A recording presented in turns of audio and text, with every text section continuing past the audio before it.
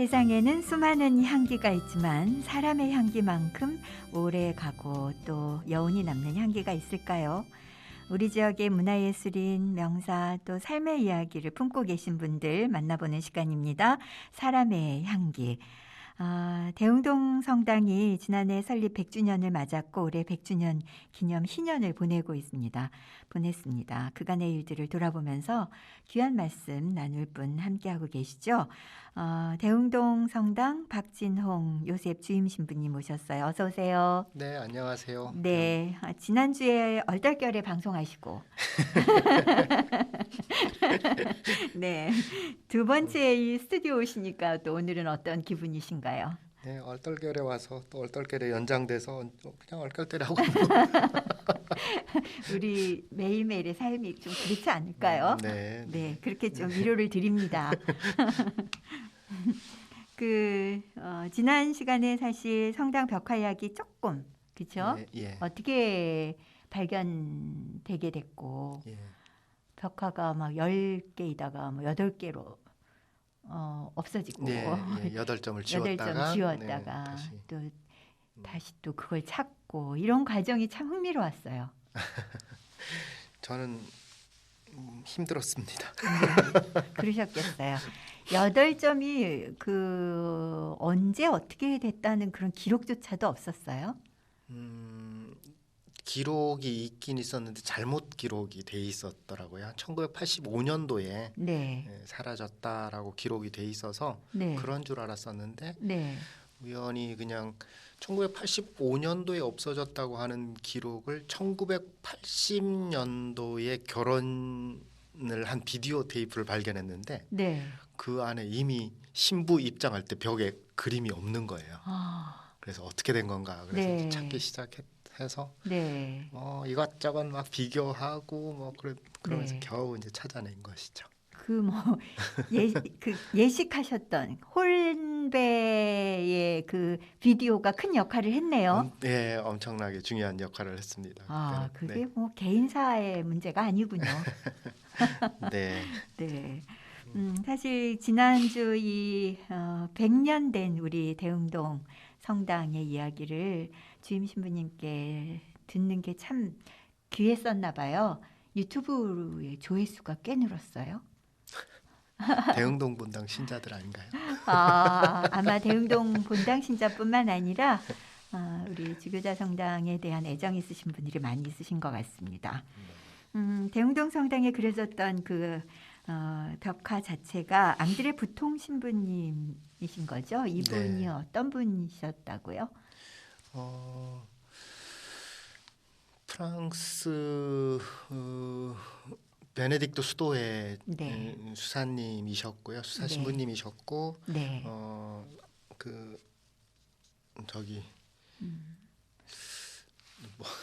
갑자기 생각이 네. 신부님께서 그 벽화를 그리시기 위해서 아예 목적을 갖고 오신 분이죠. 그렇죠. 야수파 정통 네. 영향을 받으셨던 그 당시에. 그런 화가셨고 네. 사제로서의 직무를 수행하시기 위해 오셨다기보다는 네. 그림을 그리시기 위해서 그림으로 복음을 전파하시기 위해서 네. 오셨다라고 알고 있어요. 네. 그런 분이 정말 그 당시에 잠깐 있었던 화풍이었는데 네. 저희 성당에 남겨놓고 간 거네요. 그렇죠. 네. 근데 이제 복원하기 전까지 대부분의 사람들은 앞에 2점만 인상 깊게 보다가 네. 이렇게 재현이 된 후에 그 완성된 모습을 보면서 이제 미사를 드리고 계시잖아요. 그렇죠. 네. 신자들께서 참 여러 생각들을 나누셨을 것 같아요. 처음에 벽화 코로나 한참 이제 네. 코로나19 퍼질 때 미사가 중단됐을 때 그때 이제 벽화 작업을 한 거였거든요. 네. 신자들 입장에서는 성당에 못 나오다가 어느 날 이제 오기 시작할 때 성당에 벽화가 완성돼 있는 그렇죠. 그런 상태였죠. 네. 근데 이제 그 작업을 하면서 내심 불안했던 게 네. 예전의 벽화가 너무 무섭고 그림이 너무 이렇게 안 좋아서 무당집 같다 뭐 이런 말 하셨을 텐데요. 네, 그래서 거부하셔서 지운 거라고 알려져 있었기 때문에 네. 이걸 다시 하면 신자들이 과연 좋아할 수 있을까라는 걱정이 있었죠. 그러셨죠. 그런데 보시는 분 중에서 아직까지 그림이 뭐 이상하다라고 이야기하시는 분 아무도 없었고요. 아하. 전부 네. 너무 웅장하고 너무 좋다고 그런 네. 얘기들 많이 하셔서 네. 성당이 참 풍요로워졌다라는 네. 얘기 많이 하시고 계세요. 네. 그 말씀이 정확한 것 같아요. 성당이 정말 풍성해진. 예, 예. 그걸 통해서 그 재현하는 그 과정의 일들이 좀 정말 소설 같았잖아요. 네. 그런 이야기들도 같이 나누셨어요? 네. 우리 뭐 100주년 준비하면서 네. 특강처럼 우리 신자들에게 이제 어떤 마음으로 준비해야 되는가 네. 준비하는 과정에 이 안에 어떤 그림이 있었고 이 그림을 찾기 위해서 어떤 과정이 있었고 이런 얘기 좀 쭉 해드렸죠. 네. 네. 그 과정에 신부님의 그 환한 웃음이 전달됐을 것 같습니다. 놀라운 일들이 되게 많았었어요. 그러니까요. 네, 네. 네. 그 가운데 가장 꼽는다면 일단은 그 뭐 필름을 찾았다라는 것과 네. 필름과 함께 네. 전혀 생각지도 못했던 건데 네. 이제 앙드레 부통 신부님이 그림을 그리시면서 당신이 묵상했던 그 묵상 노트 네. 짧게 쓰신 건데 네. 그거를 이제 김경란 마리아 작가님께서 번역을 해서 주셨는데 네. 그 안에 보물이 다 들어있더라고요. 그 안에. 깜짝 놀랐어요. 정말. 네. 그 보물을 신부님은 그 강의뿐만 아니라 그 신자들에게 벽화의 의미를 부통 신부님이 이렇게 묵상하시고 14처에 맞는 그때 그 묵상이 그림으로 그려졌다 하고 말씀하실 때 그 표정이 굉장히 막 살아계시거든요. 그걸 읽고 예. 글로 이렇게 표현해서 누구에게인가 전해 주시고자 했을 때 또 특별한 신부님의 경험이 있으셨다고요.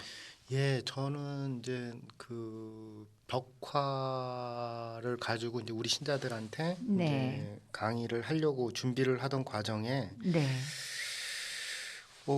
이렇게 묵상 처음에는 이제 신부님의 앙드레 부통 신부님의 묵상 노트에 적혀 있는 단어들을 이렇게 보면서 이게 도대체 무슨 말일까라는 네. 생각을 많이 했었어요. 네. 나중에 이제 알고 보니까 이 부통 신부님의 이 벽화는 그 1964년도쯤에 완성된 건데 그게 네.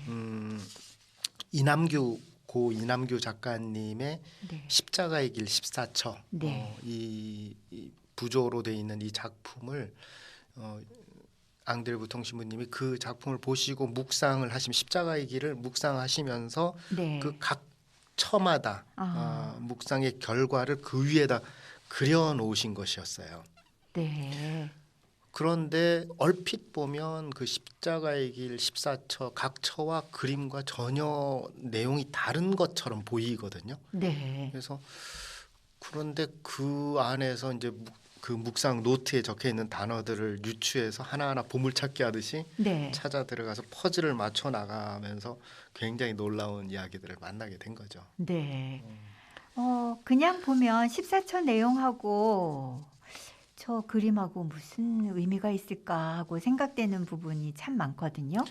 그렇죠. 그 예를 들어서 뭐 전부 다 뭐 할 얘기는 엄청나게 많지만 네. 예를 들어서 이제 3처 같은 경우는 제가 많이 너무 참 신나게 봤던 네. 그 해설하는 과정에서 신났던 그런 내용이었는데 네. 3초는 예수님께서 십자가를 지고 가시다가 이제 첫 번째 넘어지시는 넘어지시는 묵상합시다. 예요. 네. 그런데 그 위에 그려져 있는 것은 백설공주처럼 옷을 입은 성모님이 네. 한복을 이제 입고 있고 네.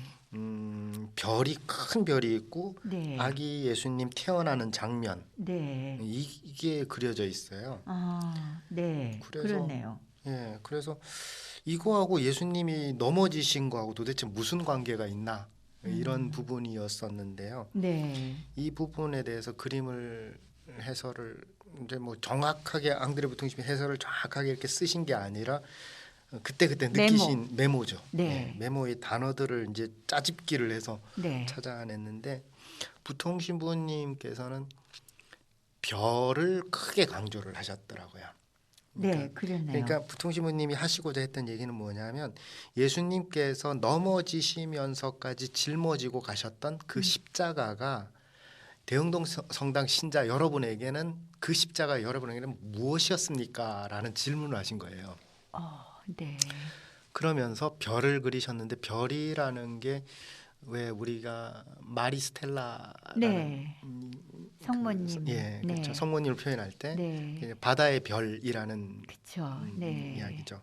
그래서 어부들이 밤에 그 길을 잃었을 때 네. 그 하늘의 별을 보면서 길을 찾아가듯이 성모님을 보면서 신앙인들이 신앙인의 길을 찾아 나가는 것을 이제 설명했을 때 네. 그 마리스텔라라고 하는 부분이 있어요. 그러니까 바다의 네. 별이라는 바다의 부분. 별. 네.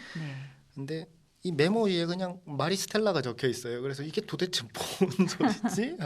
네. 그러고 나서 보니까 그 그림의 뒤에 성모님 뒤에 큰 별이 그려져 있고 네. 그 앞에 아기 예수님이 그려져 있어요. 근데 네. 아기 예수님은 수의를 입고 있어요. 강보가 수위예요. 예. 수의를 입고 있고 그리고 그 부통신부님 메모에 보면 천사 둘을 그렸습니다. 그랬는데 천사 둘 보니까 하나는 뭐 김정은처럼 생겼고 그래서 보니까 그 당시 초등학교 어린이들을 그리신 네. 거예요. 전형적인 우리 그 헤어스타일이나 이런 네. 거. 어린이가 그러면서 보이네요. 동방 박사들이 무엇을 보고 거기를 찾아왔었나? 네. 그게 바로 큰 별이었다. 그래서 아, 별, 그 다음에 성모님이 바다의 별이신 성모님의 별. 그래서 별 두 개를 합쳐 놓은 거예요. 네. 그러면서 이 예수님께서 넘어지면서까지 짊어지고 가셨던 그 십자가는 네. 우리의 신앙인들이 신앙을 찾아서 가는 데 있어서 가장 중요한 안내를 해주는 네. 별이었다라는 설명을 하신 거예요. 네. 그런데 이제 여기서 놀랬던 거는 옆에 그려져 있었던 그 목수예요. 네. 노동자 요셉이죠. 그렇죠.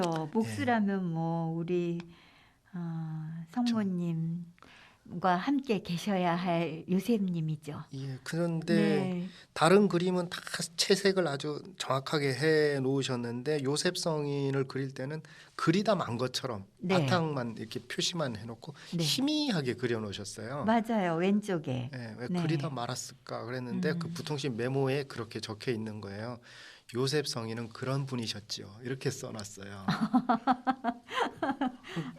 이게 뭐지 했는데 이제 정말 주인공들이 앞에서 활동할 수 있게 당신은 뒤에서 소리 없이 네. 그렇게 사셨던 거고 네. 그리고 역사적으로 찾아보니까 1964년도쯤에 네. 대흥동 성당 주보 성인이 네. 네. 노동자의 요셉으로 바뀌게 돼요. 그 전에는 소아대레사였거든요. 그래요? 네. 네. 그렇게 이제 노동자 요셉으로 바뀌는데 네. 그거를 부통신부님이 그거를 알고 일부러 그려놓으신 거예요. 그러니까 대흥동 성당 신자들에게 네. 대흥동 성당 신자들이 바라보면서 가야 할 모델 또 하나의 별을 그리신 거죠. 네. 그러면 여기는 중의적으로 별이 3개네요. 예, 그렇습니다. 그렇군요. 또 하나의 별을 그리시면서 네. 여러분도 노동자 요셉처럼 여러분들의 노동으로 이 예수님 네. 주인공들이 앞에서 활동할 수 있게 여러분도 그렇게 뒤에서 뒷바라지를 하세요. 그렇게 사세요라는 네. 그림을 여기다 그려놓으신 거예요. 이거 해석이 또 명품인데요. 아니 거기 메모에 그렇게 적혀 있었어요.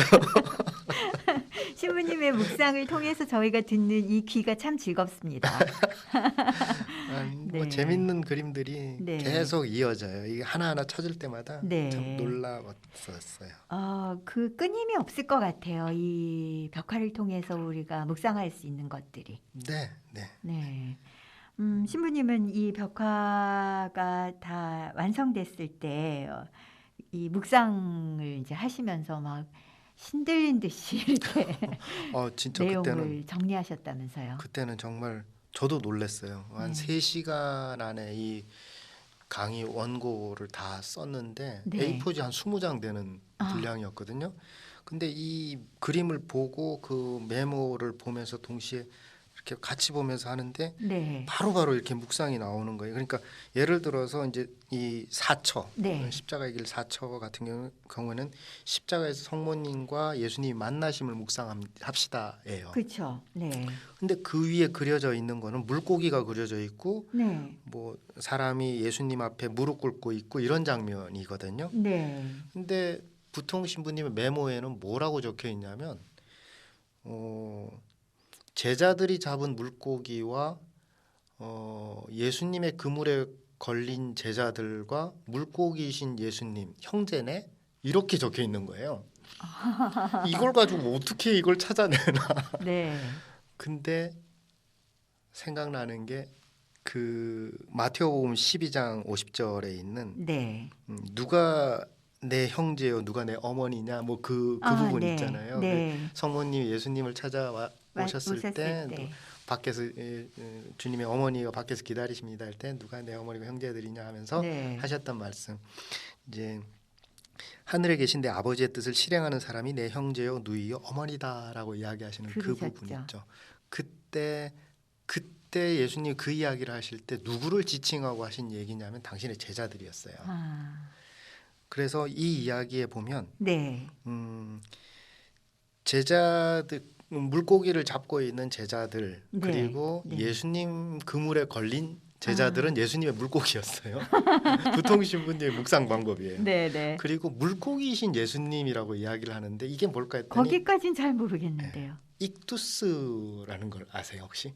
저 모르는데요. 그 예전에 이제 박해 시대 때 네. 천주교 신자들이 천주교 신자라는 걸 표시할 때 네. 하느님의 아들 우리 주 예수 그리스도의 첫 글자를 따서 그리스 말로 쓴 것이 익투스라고 하는데 그게 네. 물고기란 뜻이에요. 그래서 그렇군요. 물고기 모양을 암호처럼 이렇게 표시를 싹 맞아요. 하고 네. 예전에 왜 자동차 뒤에 네, 맞아요. 물고기 그림 있고 그랬잖아요. 예. 그게 이제 나는 그리스도의 신자입니다를 표시하는 거였거든요. 익투스.